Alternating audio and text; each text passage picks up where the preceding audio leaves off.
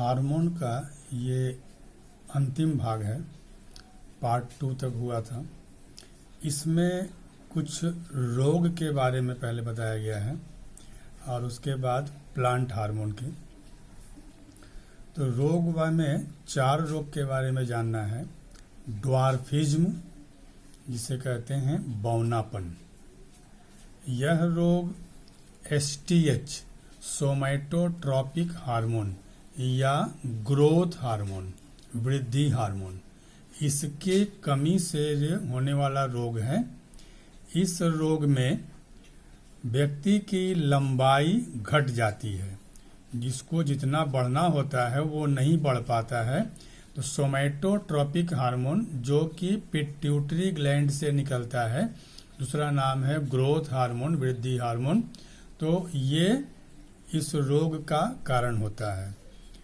इसमें वृद्धि रुक जाती है, व्यक्ति की लंबाई कम हो जाती है, हड्डियों का, पेशियों का विकास कम होता है, जिसे हम ड्वार्फिज्म या बौनापन कहते हैं। दूसरा है डायबिटीज मेलिटस। एक और कराया गया था, डायबिटीज इंसिपिड्स। डायबिटीज मेलिटस जो रोग है, इसको हम लोग सिंपल भाषा में शुगर कहते हैं, मधुमेह कहते हैं, जो इंसुलिन नामक हार्मोन की कमी से होती है। इंसुलिन का चर्चा पहले हो चुका है। यह पैनक्रियाज, अग्नाशय से निकलता है। उसमें इजलेट्स ऑफ लैंगरहैंस हैं। उसमें बीटा सेल्स, बीटा कोशिकाओं से यह हार्मोन, इंसुलिन नामक हार्मोन निकलता है। इसका अगर स्राव कम हो जाता है तो रक्त में ग्लूकोज की मात्रा बढ़ जाती है, जिसके वजह से ये रोग उत्पन्न होता है, जिसे हम डायबिटीज मेलिटस कहते हैं। तो यह इंसुलिन नामक हार्मोन की कमी से होती है। ऐसे व्यक्ति को काफ़ी परेशानी होती है। तो अगर ये बढ़ जाता है, काफ़ी कंट्रोल में नहीं होता है, तो उस व्यक्ति को इंसुलिन का इंजेक्शन भी दिया जाता है। तीसरा रोग है डायबिटीज इंसिपिड्स। दोनों का नाम मिलता जुलता है। ये मेलिटस है और ये इंसिपिड्स है।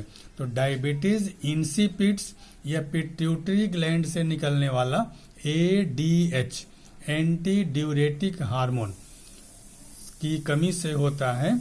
और इस रोग को हम लोग बहुमूत्र भी कहते हैं। इस प्रकार के रोगी को बार बार पेशाब करने की इच्छा होती है, क्योंकि उसमें के किडनी में ये जल का अवशोषण ठीक से नहीं हो पाता है, जिसके वजह से यह रोग होता है।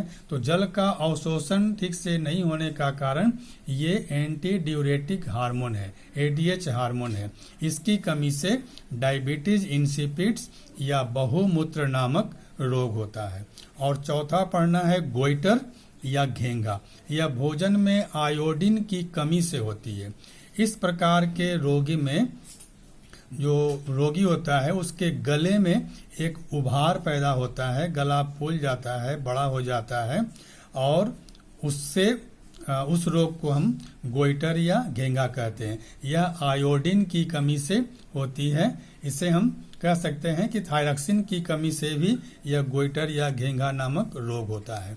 तो ये 4 रोग था एनिमल का: ड्वार्फिज्म, डायबिटीज मेलिटस, डायबिटीज इंसिपिड्स और गोइटर।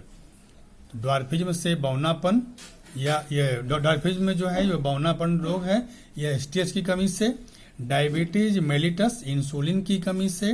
डायबिटीज इंसिपिड्स ADH की कमी से। और गोइटर आयोडीन या थायरॉक्सिन की कमी से। इसके बाद हमें पढ़ना है फाइटो हार्मोन, पादप हार्मोन। साधारण परिभाषा होगा, पौधों में उत्पन्न होने वाले हार्मोन को हम फाइटो हार्मोन या पादप हार्मोन कहते हैं। तो पौधों में जो हार्मोन उत्पन्न होते हैं उन्हें कहते हैं नेचुरल हार्मोन। यह 3 प्रकार के होते हैं: ऑक्सिन, जिब्रेलिन और काइनिन या साइटोकाइनिन। लेकिन कुछ हार्मोन को प्रयोगशाला में, लेबोरेटरी में तैयार किया जाता है, जिससे हम आर्टिफिशियल हार्मोन, कृत्रिम हार्मोन कहते हैं। जैसे NAA, naphthalene acetic acid, IAA indole acetic acid, IPA, ये सब कुछ ऐसे हार्मोन हैं जिन्हें प्रयोगशाला में तैयार किया जाता है। इनका उपयोग पौधों की वृद्धि में, फूल खिलाने में, फल खिलाने में, जल्दी से पौधों फलों को पकाने में इत्यादि कार्यों में इन आर्टिफिशियल हार्मोन का उपयोग किया जाता है। हमें अब जानना है कुछ नेचुरल हार्मोन हैं। उनमें पहला है ऑक्सिन। ऑक्सिन हार्मोन सबसे महत्वपूर्ण हार्मोन है। तो हमें तीनों हार्मोन का स्रोत और कार्य जानना है। तो इसका स्रोत जो है, ऑक्सिन का स्रोत तने के अग्रभाग, तना का जो शीर्ष भाग, ऊपरी भाग होता है, उसमें अधिक निकलता है, या जड़ का जो निचला या शीर्ष भाग या अगला भाग होता है, उसमें ये हार्मोन अधिक उत्पन्न होता है, क्योंकि इन्हीं भागों से पौधों की वृद्धि अधिक होती है। अगर इसका कार्य देखा जाए तो बहुत सारा कार्य है। प्रधान कार्य है वृद्धि। ऑक्सिन का प्रधान कार्य है पौधों की वृद्धि पर नियंत्रण करना। इसका अगर कमी हो जाता है तो पौधों की लंबाई कम हो जाती है, और ठीक रहता है तो पौधे ठीक से बढ़ते हैं। इस ऑक्सिन का वही काम है जो जंतु में STH का था। सोमेटोट्रोपिक का भी काम था जंतुओं की वृद्धि, और ऑक्सिन का काम है पौधों की वृद्धि।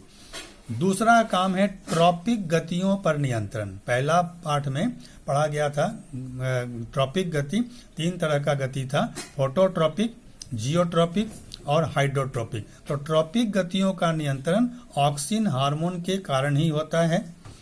इसके अलावा है पार्थेनोकार्पी, बीज रहित फल। कुछ फल ऐसे होते हैं जो बिना बीज के होते हैं, संतरा, अंगूर वगैरह है, केला है, तो इसको उत्पन्न करने में ऑक्सिन भी सहायता करता है। अगर पौधा का कोई तना या हम लोग काट दिए, कोई कटा हुआ भाग है, तो देखते हैं वहां से कभी कभी जड़ें या तना का कुछ उसमें शाखाएं निकलने लगती हैं, तो ये भी काम ऑक्सिन ही करता है। इसके अलावा खरपतवार, खरपतवार को अंग्रेजी में वीड्स कहते हैं। वीड्स को नष्ट करने में यह ऑक्सिन सहायता करता है, वीड्स डिस्ट्रक्शन। तो इसका छिड़काव कर देने से खरपतवार भी नष्ट हो जाते हैं। ये था ऑक्सिन के बारे में, स्रोत और कार्य। इसके बाद है जिब्रेलिन। जिब्रेलिन इसका स्रोत है अंकुरित बीज। हम लोग किसी बीज को जब पानी में फुलाते हैं, चना वगैरह को, उसके बाद जब पानी से निकाल देते हैं, उसको अलग कर देते हैं, तो उसमें सफेद रंग का एक अंकुर बाहर निकल जाता है, जिसे हम व्हाइट रंग का निकलता है, उसे अंकुरन कहते हैं। तो अंकुरित बीज में ये अधिक मिलेगा। बीज पत्र, इसका जो बीज, उसका अगर आप चना का खोल को हटाएंगे तो 2 पत्र मिलता है, तो बीज पत्र कहलाएगा। तो बीज पत्र में और नई नई पत्तियों में भी जिब्रेलिन हार्मोन का स्राव होता है। इसका कार्य देखा जाए तो पहला है पर्व संधियों की लंबाई। जो पर्व संधियां होती हैं, जो गांठ होते हैं पौधों में,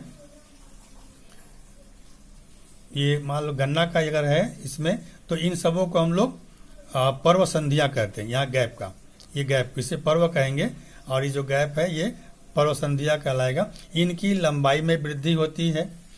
फल के आकार को भी यह बढ़ाता है। बीज रहित फल, जो ऊपर चर्चा हुआ था पार्थेनोकार्पी, उसमें इस हार्मोन, ये हार्मोन सहायता करता है। आनुवांशिक बौनापन, कुछ पौधे ऐसे होते हैं जो हेरिडिटरी रूप से वो नाटे रह जाते हैं, तो इसके प्रभाव से उसे भी दूर किया जाता है। तो ये 4 काम दिखाया गया है जिब्रेलिन का। इसका स्रोत था ये सब, और इसका कार्य है ये 4 ठो। और अंत में है काइनिन या साइटोकाइनिन। तो काइनिन या साइटोकाइनिन जो है, इसका स्रोत बीज पत्र जो पहले था, मक्का का भ्रूणपोष, मक्का भुट्टा इसको कहते हैं, इसका भ्रूणपोष को अंग्रेजी में इंडोस्पर्म कहते हैं। नारियल का पानी, डाब या नारियल का ही पानी, इसमें इसका स्राव अधिक होता है। टमाटर के बीज से भी यह निकलता है। इसका काम, प्रधान काम है कोशिका विभाजन, जो लेसन 2 में पढ़ा जाएगा। कोशिका विभाजन में एक अवस्था आएगी साइटोकाइनेसिस, कोशिका द्रव का विभाजन, तो उसमें इसकी महत्वपूर्ण भूमिका होती है। पहला काम इसका, प्रधान काम यही है। इसके अलावा अंकुरण, जर्मिनेशन, इसके प्रभाव से जल्द होता है। अंकुरण दिखाएं तो यहाँ पर अंकुरित जो होता है, तो अंकुरण की क्रिया, जर्मिनेशन की क्रिया काइनिन के प्रभाव से जल्दी होता है।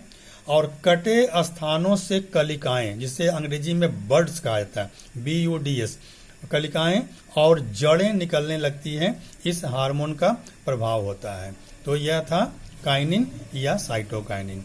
तो यहाँ पर हार्मोन का भाग समाप्त हुआ।